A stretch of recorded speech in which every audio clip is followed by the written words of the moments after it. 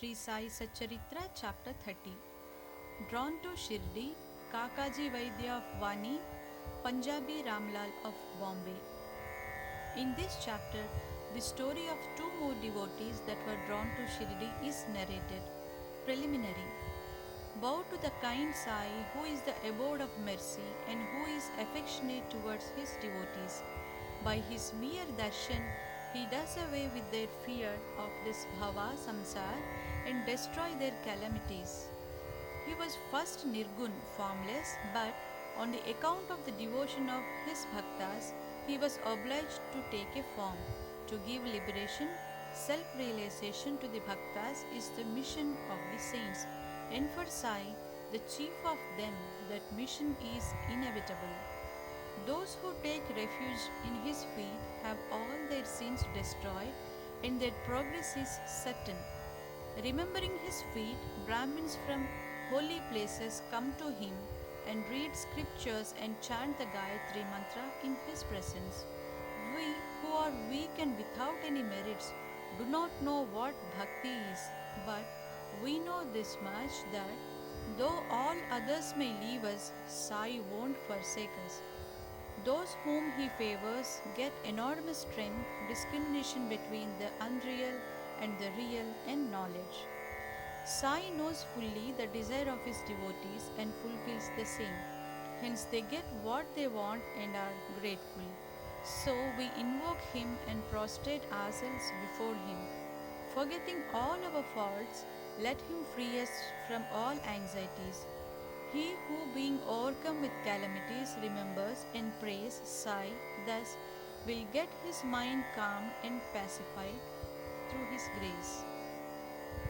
This Sai, the ocean of mercy, says Hemad Pant, favored him, and the result of this is the present work Sai Satcharitra. Otherwise, what qualifications had he, and who would undertake this enterprise? But as Sai took all the responsibility, Hemad Pant felt no burden nor any care about this.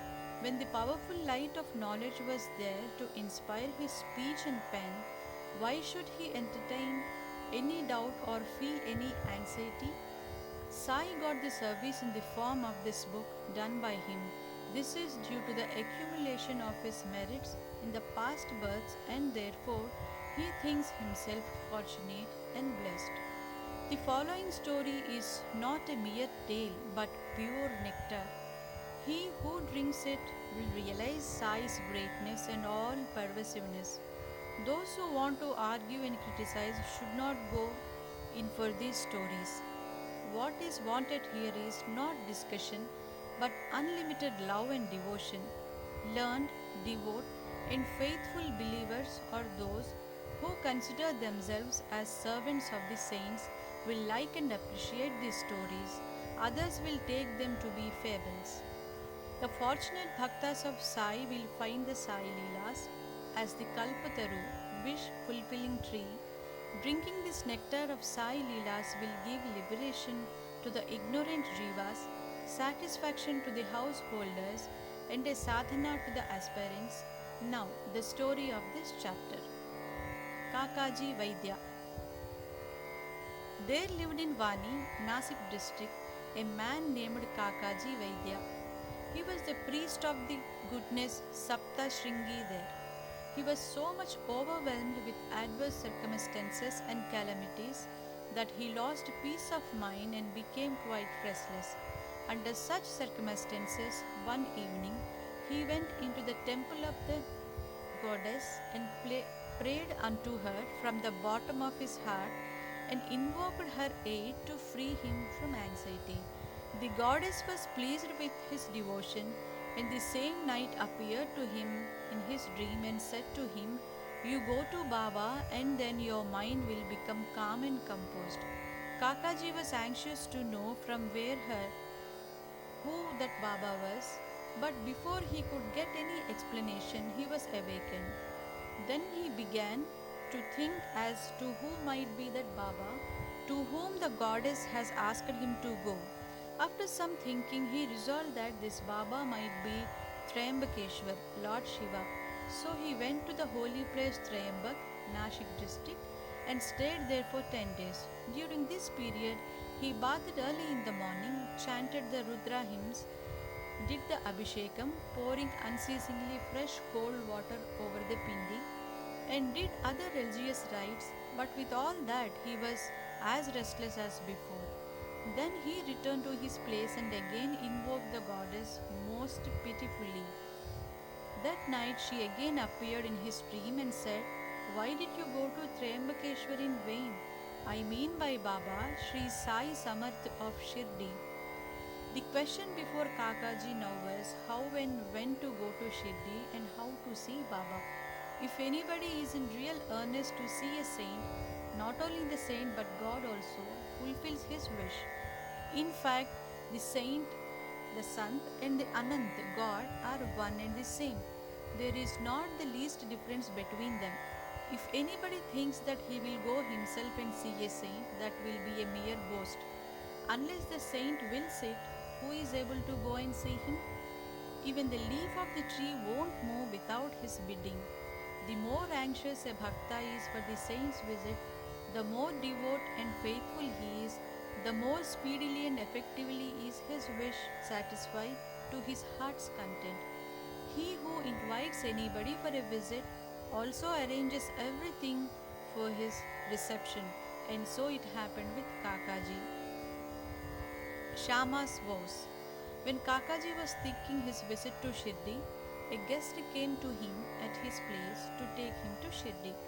He was no other than Shama, a very close and intimate devotee of Baba.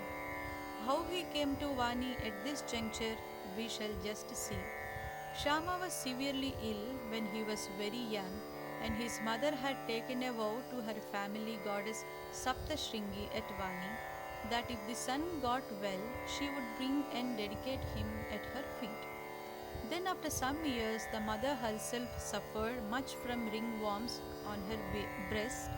At that time, she again took another vow to her deity that if she got all right, she would offer her two silver breasts. These two vows remained unfulfilled. At her deathbed, she called her son Shama to her and drew his attention to the vows, and after taking a promise from him that he would fulfill them, she breathed her last. After some time, Shama quite forgot about these two vows, and thus 30 years elapsed. About this time, a famous astrologer had come to Shirdi and stayed there for a month. His predictions in the case of Shriman Bhuti and other came true, and everybody was satisfied. Shama's younger brother Bapaji consulted him and was told that his mother's vows, which his elder brother promised to fulfill at her deathbed, were not fulfilled yet. Hence, the goddess was displeased with them and bringing troubles to them. Bapaji told this to his brother Shama, who was then reminded of the unfulfilled vows. Thinking that any further delay would be dangerous, he called a goldsmith and got a pair of silver breasts prepared. Then he went to the masjid, prostrated himself before Baba, and placing before him the two silver breasts, requested him to accept them and free him from the vows, as he was to him his Saptashringi goddess. Then Baba insisted upon him to go himself to the temple of Saptashringi and offer them in person at the feet of the goddess. Then, after taking Baba's permission and Udi, he left for Vani and searching for the priest came to Kakaji's house. Kakaji was then very anxious to visit Baba, and Shama went there to see him at that very time. What a wonderful coincidence is this! Kakaji asked him who he was and whence he had come, and on learning that he came from Shirdi, he at once embraced him. So overpowered was he with love. Then they talked about Sai Leelas, and after finishing the rites of Shama's vows, they both started for Shirdi. On reaching the place, Kakaji went to the masjid and fell at Baba's feet. His eyes were soon bedewed with tears, and his mind attained calmness. According to the vision of the goddess, no sooner did he see Baba that his mind lost all its restlessness and it became calm and composed. Kakaji began to think in his mind, what a wonderful power is this? Baba spoke nothing. There was no question and answer, no benediction pronounced. The more darshan itself was so conducive to happiness. The restlessness of my mind disappeared by his mere darshan. Consciousness of joy came upon me. This is what is called the greatness of darshan. His vision was fixed on Sai's feet and he could utter no word. Hearing Baba's Leelas, his joy knew no bounds. He surrendered himself completely to Baba, forgot his anxiety and cares, and got undiluted happiness. He lived happily there for 12 days and after taking Baba's leave, Udi and blessings, returned home. Kushal Chand of Rahata. It is said that a dream, which we get in the small hours of the morning, generally comes out true in the waking state. This may be so, but regarding Baba's dreams, there is no restriction of time.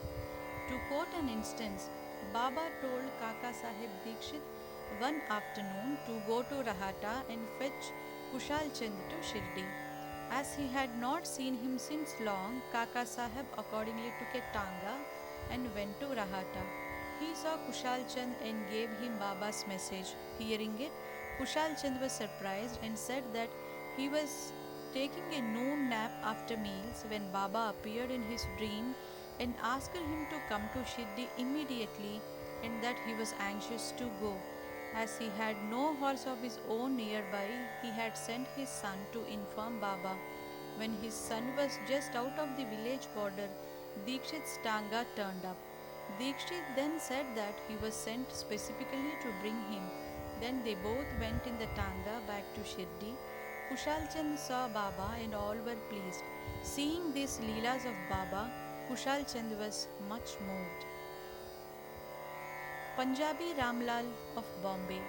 Once a Punjabi Brahmin of Bombay named Ramlal got a dream in which Baba appeared and asked him to come to Shirdi. Baba appeared to him as a Mahant saint, but he did not know his whereabouts. He thought that he should go and see him, but as he knew not his address, he did not know what to do. But he who calls anybody for an interview makes the necessary arrangements for the same. The same happened in this case. The same afternoon, when he was strolling in the streets, he saw a picture of Baba in a shop. The features of the Mahant he saw in the dream exactly tallied with those of the picture. Then, making inquiries, he came to know that the picture was of Sai Baba of Shirdi. He then went soon after to Shirdi and stayed there till his death. In this way, Baba brought his devotees to Shirdi for darshan and satisfied their wants, material as well as spiritual. Bow to Sri Sai, peace be to all.